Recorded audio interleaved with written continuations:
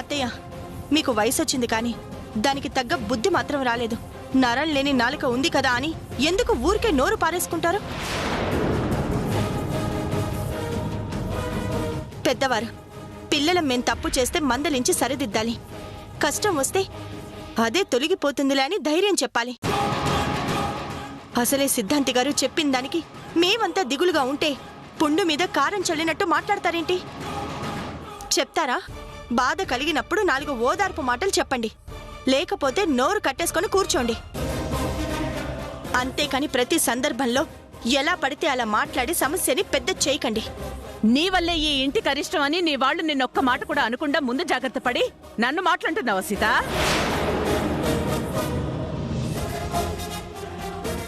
సిద్ధాంతి గారు చెప్పినట్టు ఈ ఇంటికి పట్టిన గ్రహణం, పీడ, శని అన్ని పెద్ద కోడలు సీతే.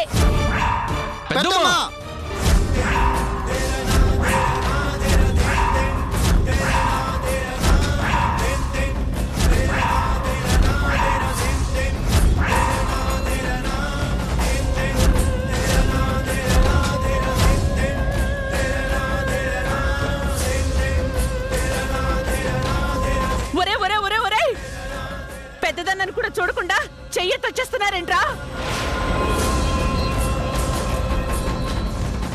పెద్దదానివి కాబట్టే, పెద్దన్నయ్య చెప్పాడు కాబట్టే కొట్టకుండా ఆగ్యం. పెద్దొదిన ఇంటి దేవత. ఇంకొకసారి మా వదినంటే మాత్రం మా చెయ్యి అదుపు తప్పడం గ్యారెంటీ.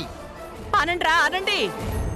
ఇప్పుడు నేనన్న మాటలు నొప్పిగానే ఉంటాయి, కానీ కష్టం మీదాకొచ్చిన తర్వాత అప్పుడు తెలుస్తుందిరా.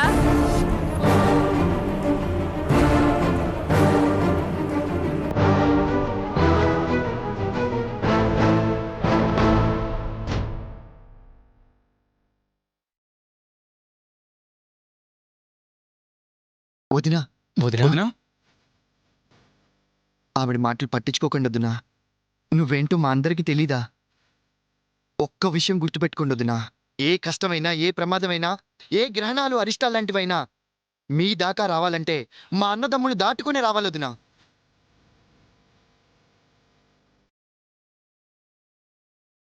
నీ మీద తప్పు పడేలా ఉంటే నువ్వు ఊరుకున్నా మేము ఊరుకో వదినా. మేము ఊరుకో.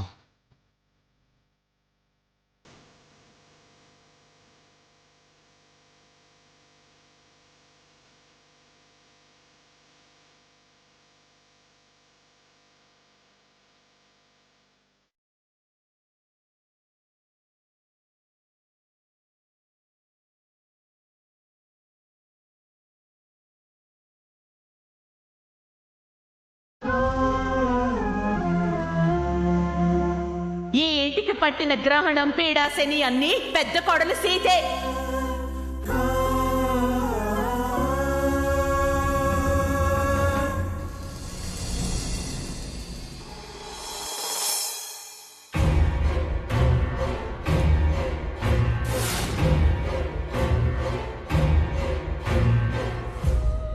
Good morning sir.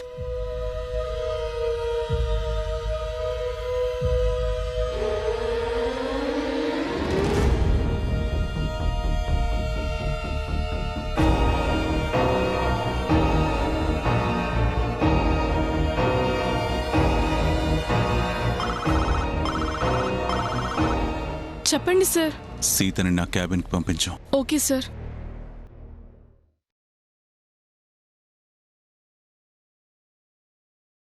మేడం, మిమ్మల్ని సార్ పిలుస్తున్నారు. ఎందుకో చాలా సీరియస్గా ఉన్నారు. సరే, నువ్వు వెళ్ళు. Okay madam.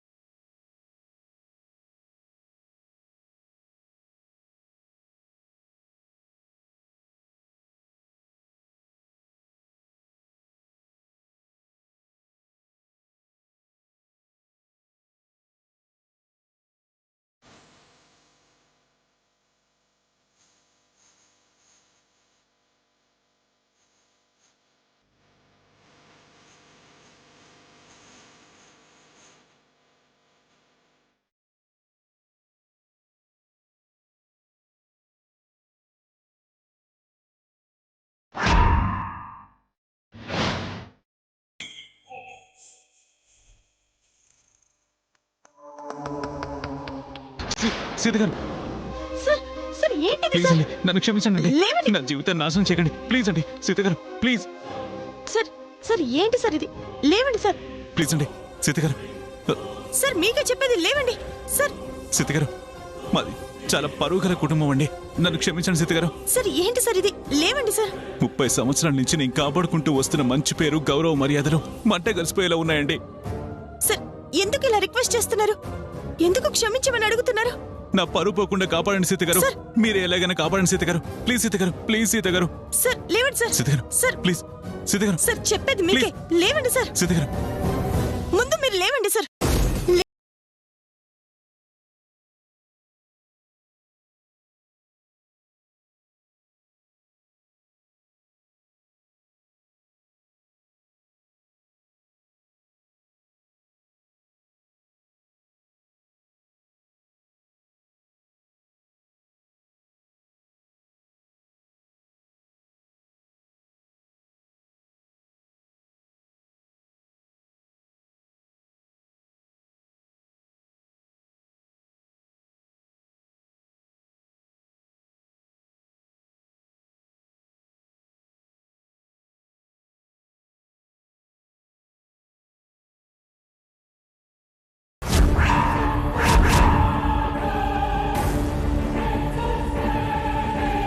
మీరు మిడిల్ క్లాస్ ఒకప్పుడు బాగా బతికి ఇప్పుడు బతుకు భారమైంది. అందుకే మీరే ఫోటోలు తీయించి మన ఇద్దరి మధ్యన ఏదో సంబంధం ఉందని నన్ను బ్లాక్మెయిల్ చేయాలని చూస్తున్నారు కదా సీత గారు? డబ్బు కోసమైతే తీసుకోండి, బ్లాంక్ చెక్ తీసుకోండి. ఆ ఫోటోలు అవన్నీ చెరిపేసి నన్ను వదిలేయండి ప్లీజ్ సీత గారు ప్లీజ్. సార్ మర్యాదగా మాట్లాడండి. డబ్బు కోసం అడ్డమైన ఫోటోలు అడ్డం పెట్టుకొని మిమ్మల్ని బ్లాక్మెయిల్ చేసే దిగజారుడు మనిషిలా కనిపిస్తున్నానా నేను? మీ దగ్గర జాబ్ చేస్తున్నాను కదా అని చులకన చేసి మాట్లాడినా చీప్గా చూసినా బాగోదు చెప్తున్నాను. నా క్యారెక్టర్ని తక్కువ చేస్తే నేను అస్సలు సహించను.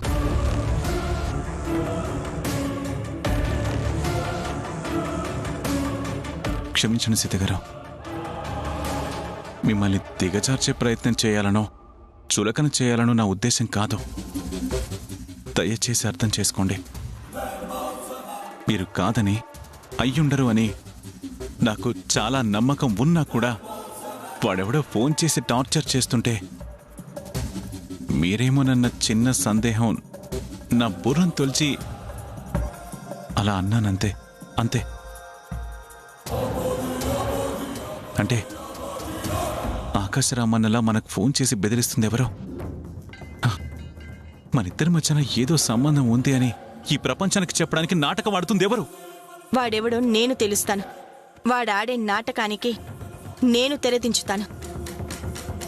మీరేం కంగారు పడకండి.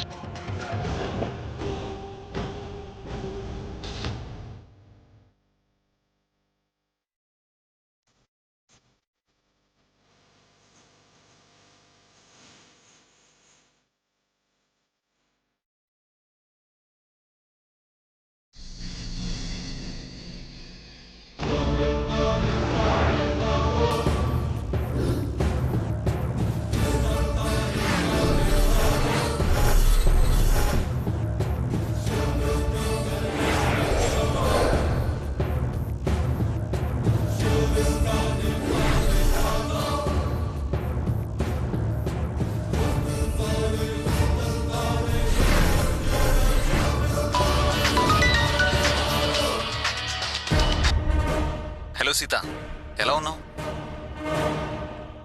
బాగున్నాను అశోక్, నువ్వెలా ఉన్నావు? గుడ్.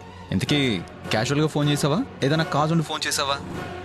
ఒక పర్సనల్ విషయం నీతో మాట్లాడదామని ఫోన్ చేశాను అశోక్.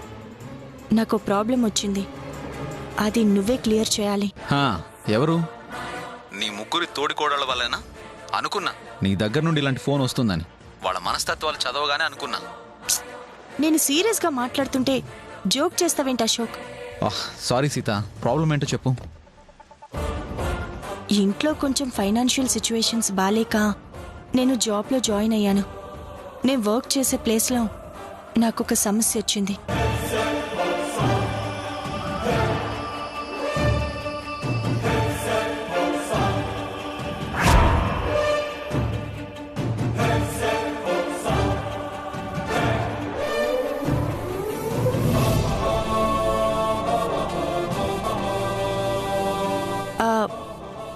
ఆయన మంచివాళ్లానే ఉన్నారు. ఓ పంచే సీత, మీ ఎండి రాజశేఖర్ నంబర్, ఆ ఆకాశరామన్న నంబర్ నాకు మెసేజ్ పెట్టు. సరే అశోక్, కాస్త జాగ్రత్తగా డీల్ చేయి. ఏ ఇబ్బంది లేకుండా దీన్ని ముందుకు నడిపించి మంచి చేయడానికి నేను ఉన్నాను కదా, నువ్వేం టెన్షన్ పడకు.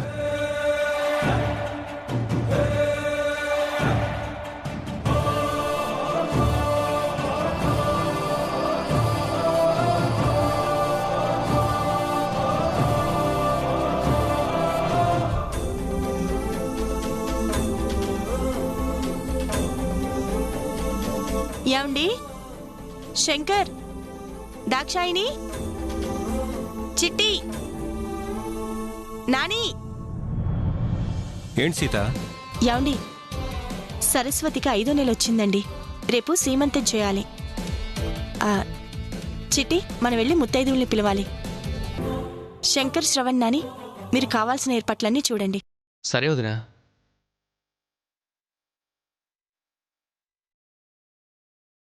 సీత మళ్ళీ ఏదో ఆర్భాటం మొదలుపెట్టినట్టుంది. దీనికి ఇల్లు మామూలుగా ఉండడం ఇష్టం లేనట్టుంది. పండగనో ఫంక్షన్ అనో ఏదో ఒక ఆర్భాటం చెయ్యాల్సిందే. సీమంతం అంటే పైసలు మస్తుగా ఖర్చయితే కదక్కా.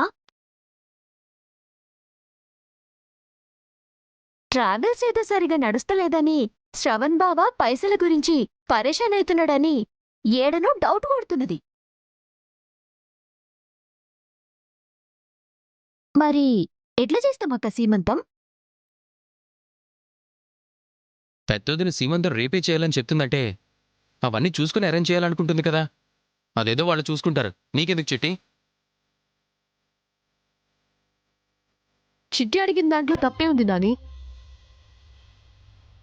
ఇప్పుడున్న సిచ్యువేషన్లో అంత డబ్బు ఉందా అని. ఏ శ్రవణ్, మరి అంత డబ్బు రెడీ చేసుకున్నావా?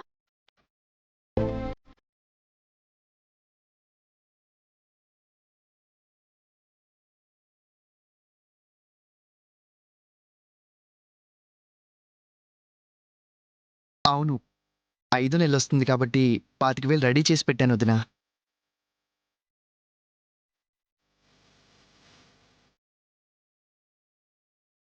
ఇప్పుడు సరస్వతక్కకి సీమంతం చేయకపోతే ఏం పోయింది?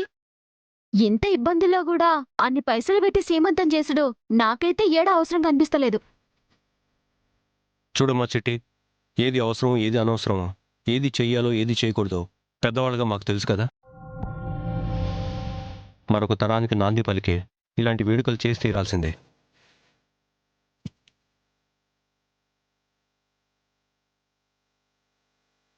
ఆడపిల్లకి పెళ్ళెంత ముఖ్యమో సీమంతం కూడా అంతే ముఖ్యం. పెళ్ళైన ఆడపిల్ల పిల్లల్ని కనాలని ఎలా కలలు కంటుందో సీమంతం వేడుకలా చేసుకోవాలని కూడా అంతే ఆరాటపడుతుంది.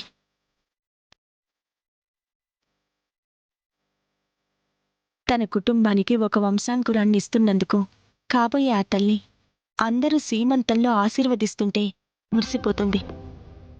ఆ సంబరం సరస్వతికి మాత్రమే కాదు చిట్టి, అప్పటికి ఏ పరిస్థితుల్లో ఉన్నా సరే, నీకైనా దాక్షాయినికైనా సరే ఘనంగా చేయాల్సిందే.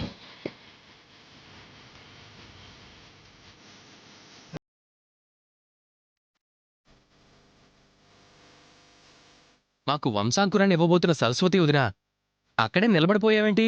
రావదునా, రావదునా, పద.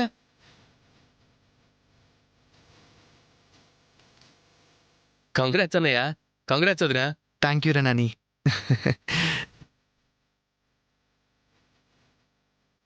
వదినా, మన ఇంటికి మొదటి వారసుడు రాబోతున్నాడంటే రేపు సీమంతం గ్రాండ్గా జరిపించాల్సిందే. రేపటికి సీమంతానికి కావాల్సిన ఏర్పాట్లన్నీ మీరు చూసుకోండి. దాక్షాయిని, నువ్వు వంటకు కావాల్సినవన్నీ చూసుకో. నేను చిట్టి వెళ్ళి ముత్తైదువుల్ని ఆహ్వానించే కార్యక్రమం చూసుకుంటాం. చిట్టి, పద వెళ్దాం.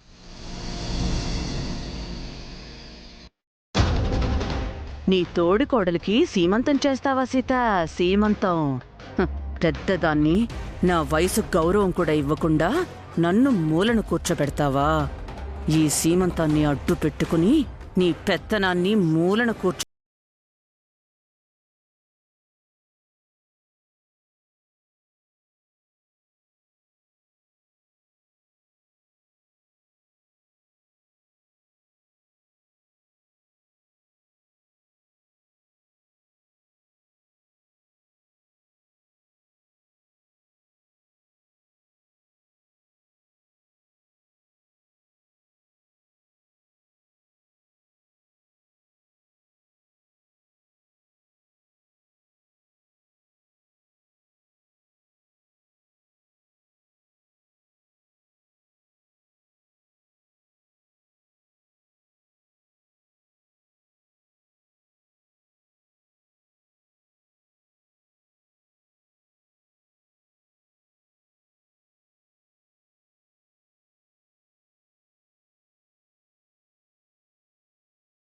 తప్పకుండా వస్తాను. వెళ్ళొస్తాం. సరేనమ్మా. అత్తా అత్తా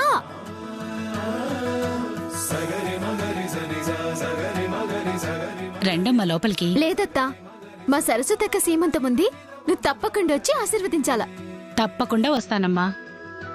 మీరు కలిసిమెలిసి వచ్చి పిలవడమే కాకుండా మా అక్క అని ప్రేమగా చెప్తుంటే ఎంత కన్నుల పండగగా ఉందో చిట్టి. సరే వెళ్ళొస్తావత్తా. వెళ్ళొస్తామత్తా. సరేనమ్మా.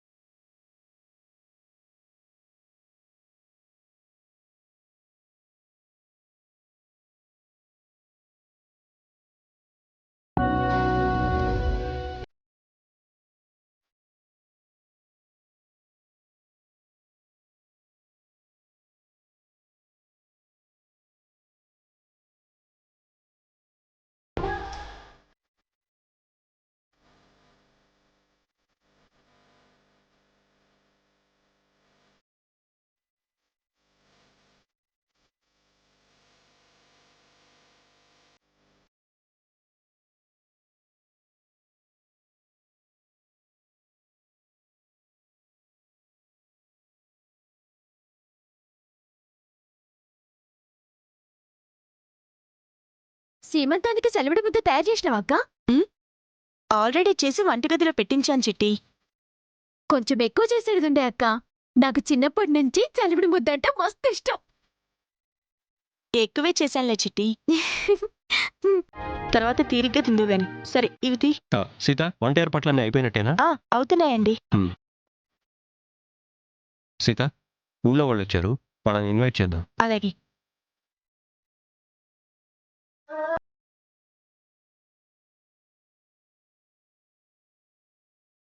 నమస్తే. నమస్కారం అండి. లోపలికి వెళ్ళండి.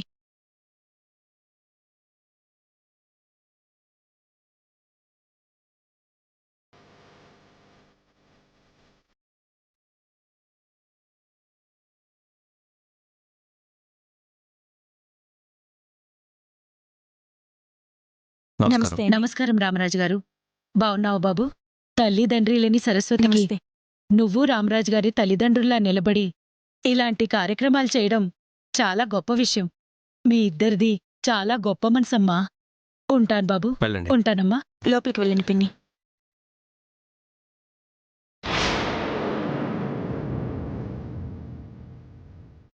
నమస్కారం అండి. అమ్మా సీత, నువ్వు నీ మరుదులకి తల్లిలా ప్రవర్తిస్తున్నావు కాబట్టే పెళ్ళిళ్ళైనా నలుగురు అన్నదమ్ములు ఉమ్మడి కుటుంబంలా కలిసే ఉన్నారు. ఏ ఇంటి మర్యాద అయినా ఆ ఇంటి పెద్ద కోడల వ్యక్తిత్వం మీదే ఆధారపడి ఉంటుంది. ఇదంతా ఏముందిలే పిన్ని, మీరు లోపలికి వెళ్ళండి. నమస్కారం అండి. సీత, నిన్ను పొగిడిన నోళ్లతోనే నీకు చీవాట్లు పెట్టిస్తాను. నీ నడుం విరిగేలా చేసి నువ్వు కదలకుండా మంచానికే పరిమితం అయ్యేలా చేస్తాను.